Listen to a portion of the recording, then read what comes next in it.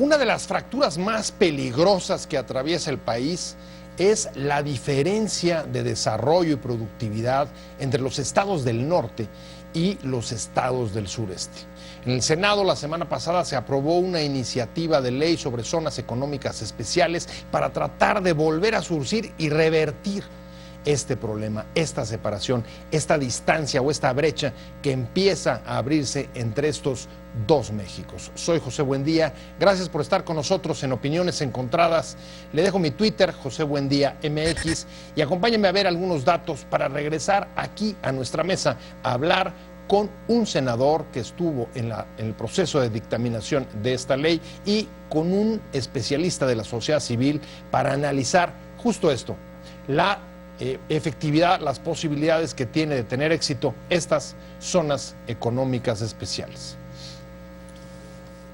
La desigualdad económica en el país amenaza no solo con la polarización social, también con dividir regiones. En México existen realmente dos países, uno avanzado y competitivo junto a otro rezagado y con poco desarrollo productivo.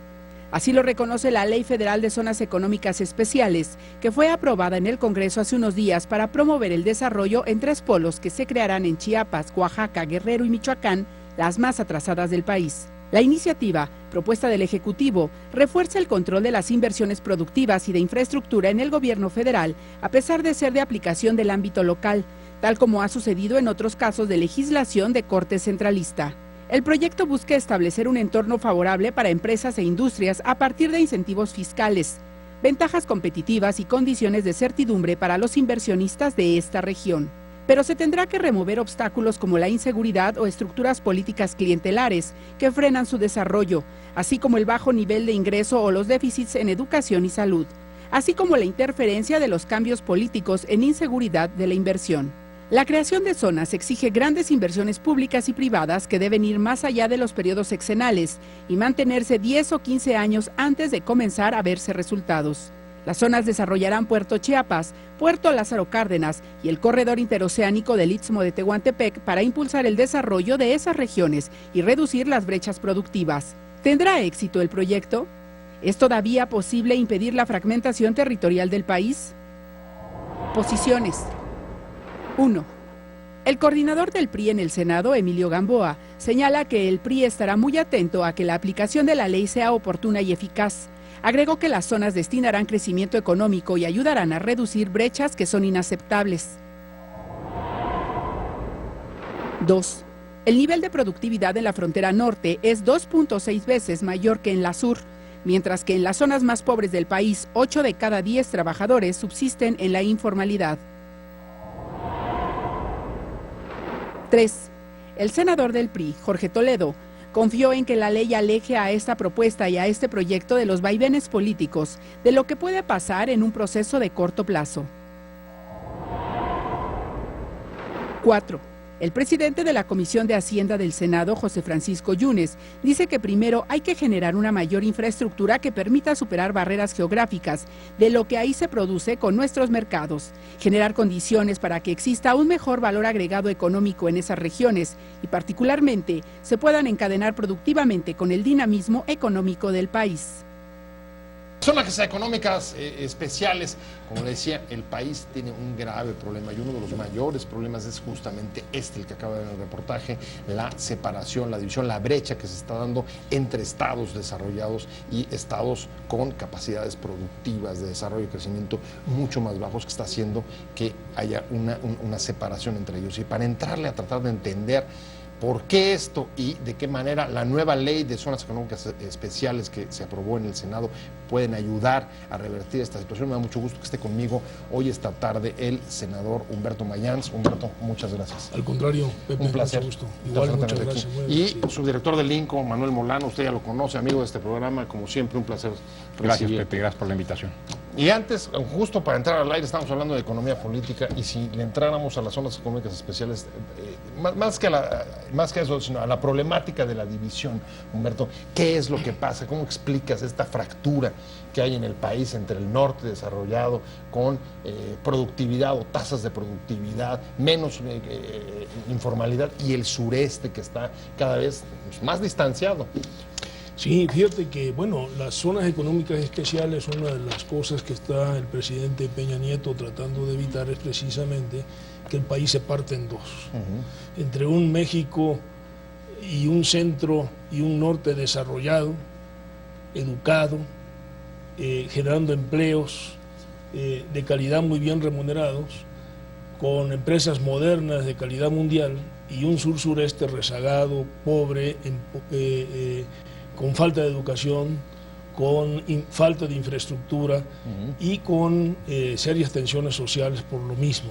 Claro. O sea, no podemos permitirlo. Y esto es producto de muchos años en donde el desarrollo armónico equilibrado que debería haberse dado como política pública, pues no se dio. Se privilegió desde el gobierno federal el centro y el norte industrial. Y se descuidó el sur-sureste, los 9 estados del sur-sureste, en donde, por otra parte, tienen grandes potencialidades porque ahí están las riquezas energéticas del país.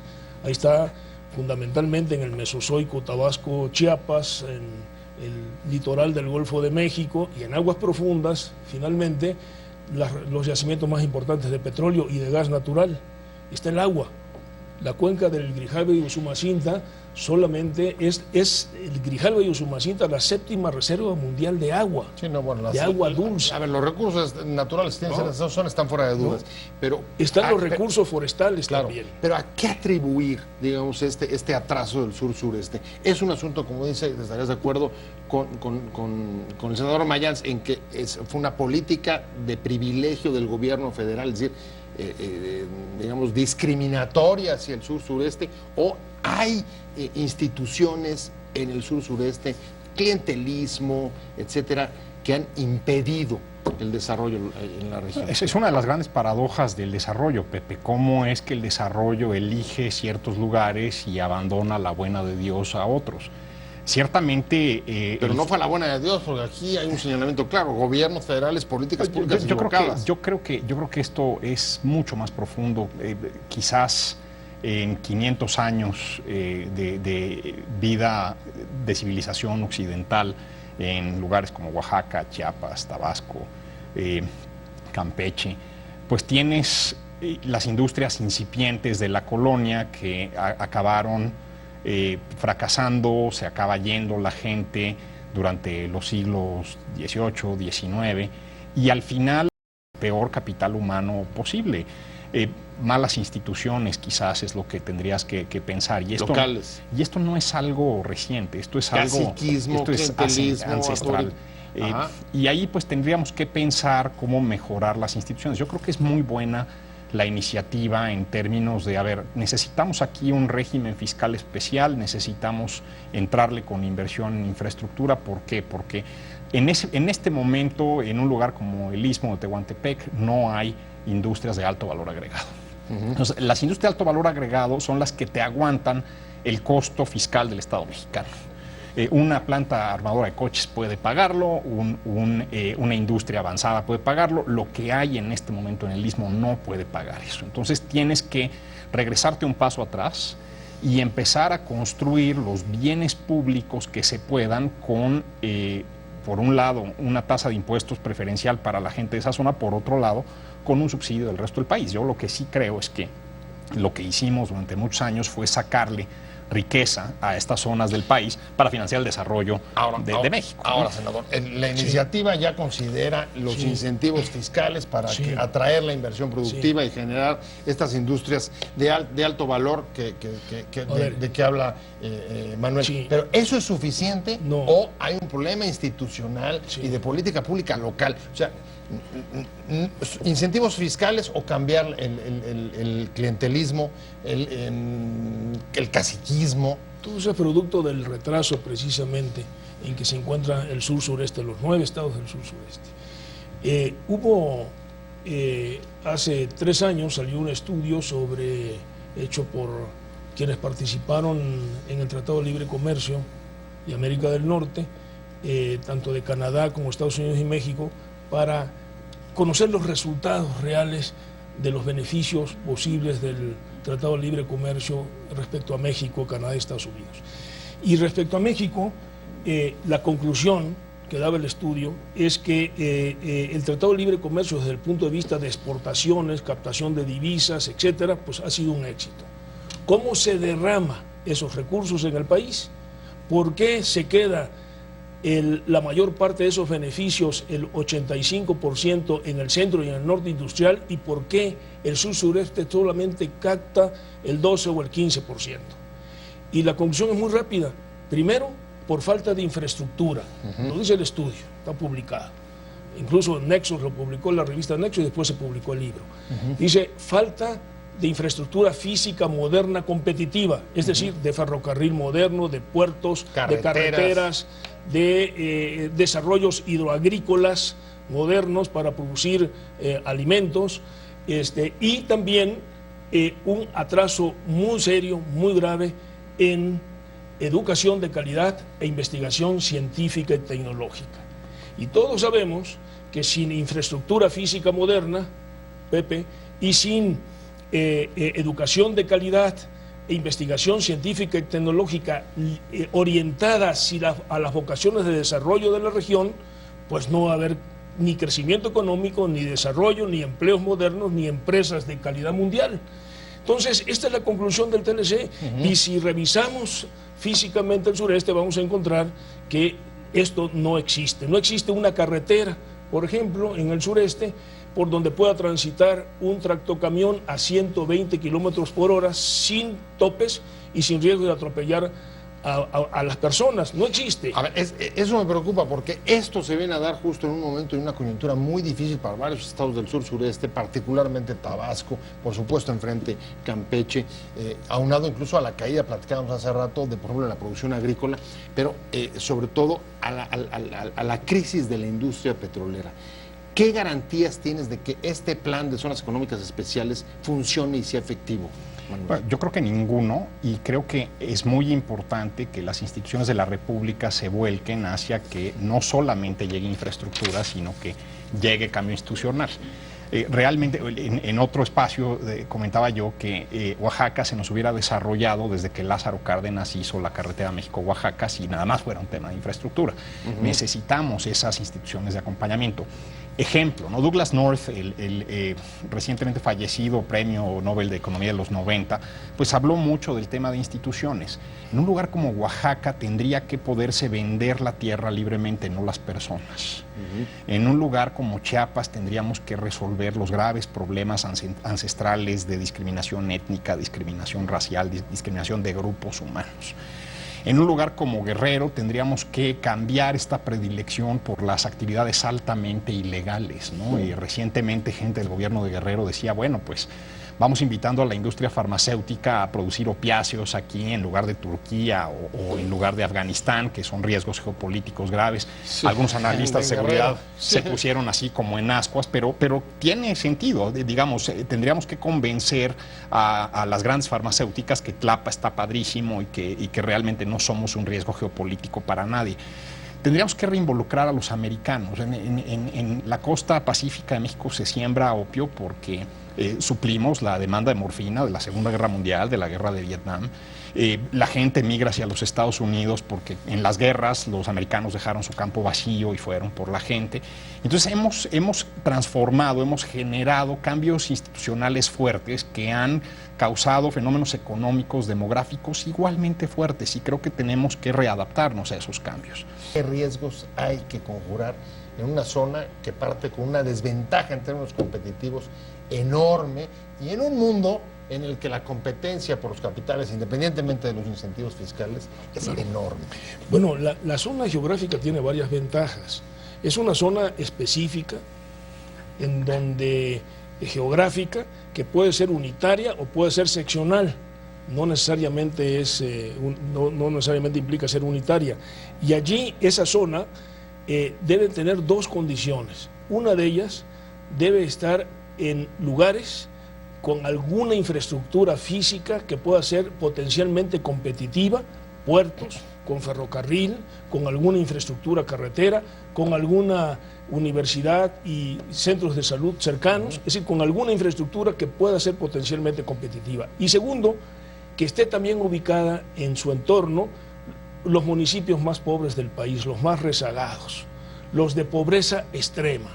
Y entonces en el Senado hicimos modificaciones a la minuta de la Cámara de Diputados venían 6 estados originalmente y lo ampliamos a 10 estados.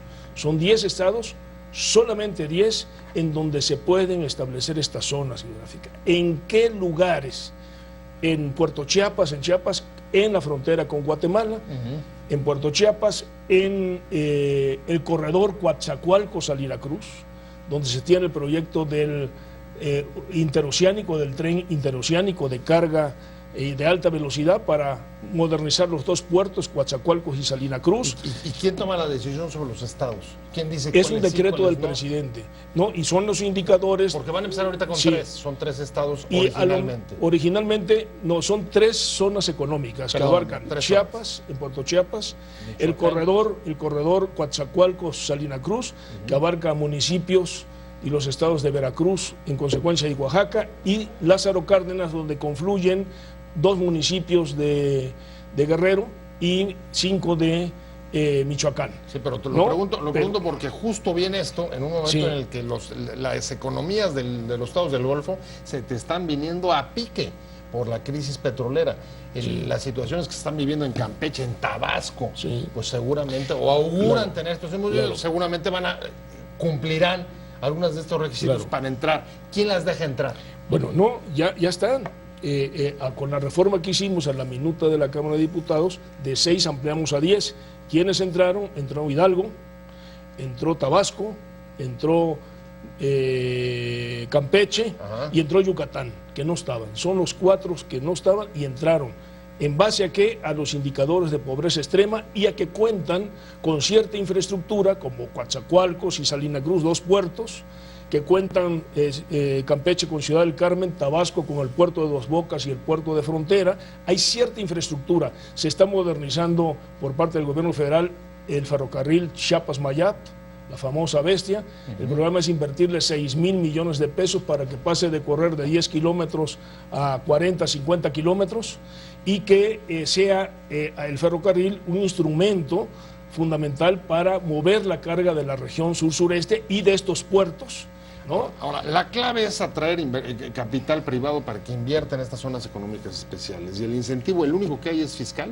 ¿O cómo vas a convencer? Porque vaya, no son zonas de desarrollo pequeñas y requieren capitales y inversiones muy, muy considerables. En la definición de IMCO de competitividad tendrías que atraer no solamente capital, sino también tendrías que atraer talento. Y hay una diáspora de estos estados. Realmente han sido zonas expulsoras de talento. Claro. Oaxaca Californians es una organización de oaxaqueños en California y de verdad lo más selecto de las artes y las ciencias de Oaxaca está ahí. Tendríamos que convencerlos de que regresen, de que hay imperio de la ley, que no les van a tomar la ciudad, que no van a ver su seguridad física vulnerada. Quizás eso es lo más importante. Tú hablabas del petróleo. Tenemos que entender la agricultura, la explotación forestal, el agua, el turismo, todos estos negocios potenciales en esta zona, no como un negocio extractivo, no como un negocio tipo Pemex, ¿no? Tenemos que entenderlos como la creación de un ecosistema que nos permita atraer talento y que el día de mañana ahí pueda haber desarrollo de software y que ahí pueda haber otras cosas. Ahorita es imposible pensar en eso. Si alguien en este momento está empujando un arado, no podemos esperar que programe computadoras mañana. Pero sí podemos esperar que en 1 o 2 generaciones vayan metiéndose al carril del desarrollo mediante estas industrias que atraigan permanentemente al talento. Yo creo que ahí es donde está el reto. De lo que está hablando Manuel es largo plazo. La atracción, digamos, de los talentos que en efecto en un mundo de migrantes andan por todo el mundo, aparte de los nuestros, se necesita tiempo. ¿Cómo vas a lograr digamos, dar la estabilidad suficiente sin las rupturas político-electorales de cada 6 años para garantizarlo? Bueno, estas zonas económicas, además de los estímulos fiscales, contempla estímulos aduaneros, un tratamiento administrativo y de transparencia que tanto le interesa a ustedes, ¿no? en el manejo de estas zonas desde el punto de vista que tendrá que quedar expresado todas las condiciones en cada decreto presidencial por cada una de las zonas. Habrá un decreto presidencial y todos estos elementos, junto con lo que hablamos, nuevas universidades, nuevos centros de investigación, para ir formando los cuadros y capacitando la mano de obra con las vocaciones de la región, productivas de la región, pues tendremos que ir cambiando poco a poco. Si no son programas de corto plazo donde pasado mañana o dentro de 2 años habrá resultados. El resultado, como la modernización de la infraestructura, la formación de universidades, de centros de investigación, etcétera, lleva tiempo. Yo creo que veremos los primeros resultados en el sur-sureste con todo el proyecto y en la frontera sur en unos 15 años. Ahí hay una cosa, 15 años. En 15 estaremos años. Viendo los resultados si instrumentamos muy bien 2 sexenios. Estos, el que viene y y lo que falta de este. O sea, son 6, 10 años. Nos ibas a explicar cómo lo resolvieron en la ley, entre el funcionamiento de las zonas económicas especiales por decreto presidencial, al mismo tiempo que... las zonas económicas van a surgir por decreto presidencial, pero la ley en su artículo 10 prevé, para no atentar contra el federalismo, e imponerle a los estados y municipios todo un programa de desarrollo donde ellos son los actores fundamentales, las comunidades, el gobierno municipal y el estatal, prevé la firma de un convenio de coordinación que tiene que suscribir el Ejecutivo estatal, pero además con la autorización del Congreso local. El Ejecutivo, el gobernador, no puede firmar nada si no está autorizado por su Congreso local. Esto implica un proceso de reflexión profunda sobre las implicaciones que tiene este modelo de desarrollo y estas políticas públicas que se van a instrumentar en una zona determinada, de ese estado, de esa entidad. E implica también la participación de los municipios a través de la autorización de sus cabildos, que implica también una discusión profunda de los ayuntamientos, de los congresos locales y de la consulta que se debe hacer a la ciudadanía de esos municipios para que estén convencidos de que ese modelo, esas estrategias y esas políticas públicas son las correctas y que van a participar ellos porque ellos van a ser los beneficiarios fundamentales. No es un modelo de economía de enclave como el de Pemex que viene, extrae riqueza y deja pobreza, que es lo que ha estado pasando, sino se involucrarán las comunidades, a los 3 órdenes de gobierno, ¿no?, en un convenio de coordinación en donde también va a participar la iniciativa privada, local y nacional, y los sectores sociales. Es decir, es un método nuevo que nos va a garantizar cierto éxito al no ser impuesto por nadie. ¿Te convence la fórmula, Manuel? ¿Es suficiente, digamos, para trascender los vaivenes políticos de las transiciones sexenales? Yo espero que sí.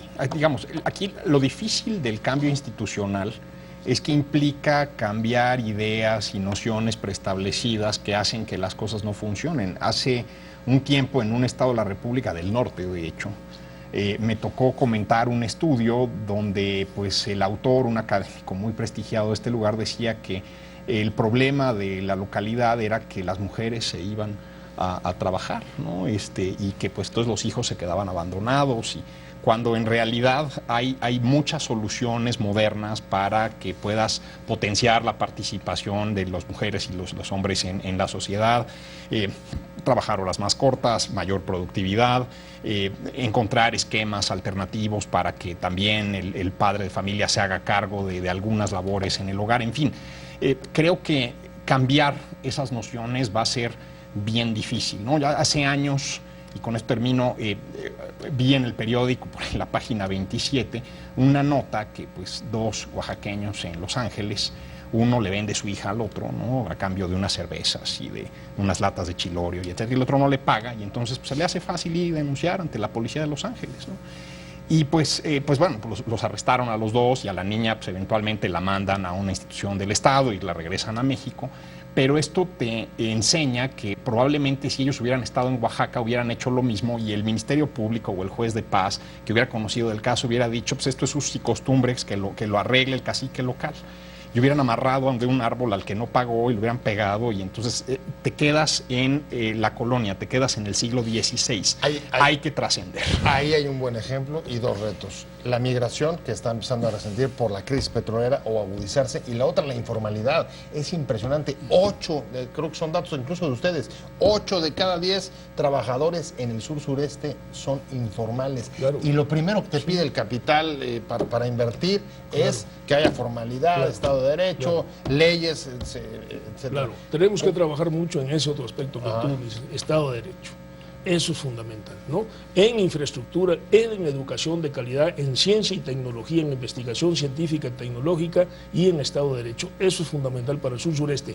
Pero hay otra ventaja, además de todos estos recursos que hemos hablado del sur-sureste, potenciales, petróleo, gas, agua, recursos forestales, etcétera.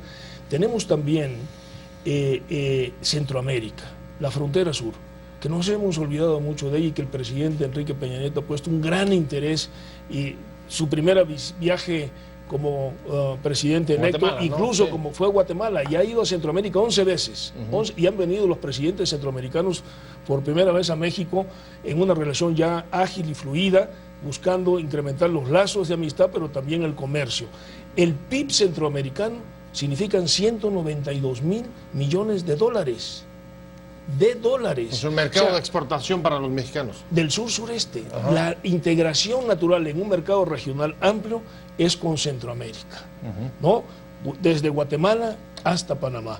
Y ahí hay un gran potencial. Y hoy precisamente que platicábamos con Enrique Martínez y Martínez, que fue ratificado como embajador en Cuba, va a rendir protesta en los próximos días. Hablamos de la tercera frontera, del Caribe, donde México tiene que tener una mayor presencia, y también allí el PIB es cerca de 70,000 millones de dólares. Bueno, y los cambios en puerta, ¿no? Y los cambios que están en puerta. Cuba ya tiene una zona económica especial, que es el puerto del Mariel, donde las dos primeras empresas que están echándose a andar son mexicanas, una en carnes, productos cárnicos, y la otra en pintura. Son pequeñas, hay 27 proyectos que van a iniciar. La de carne no fue tecnología tabasqueña, ¿o sí? No, desafortunadamente no.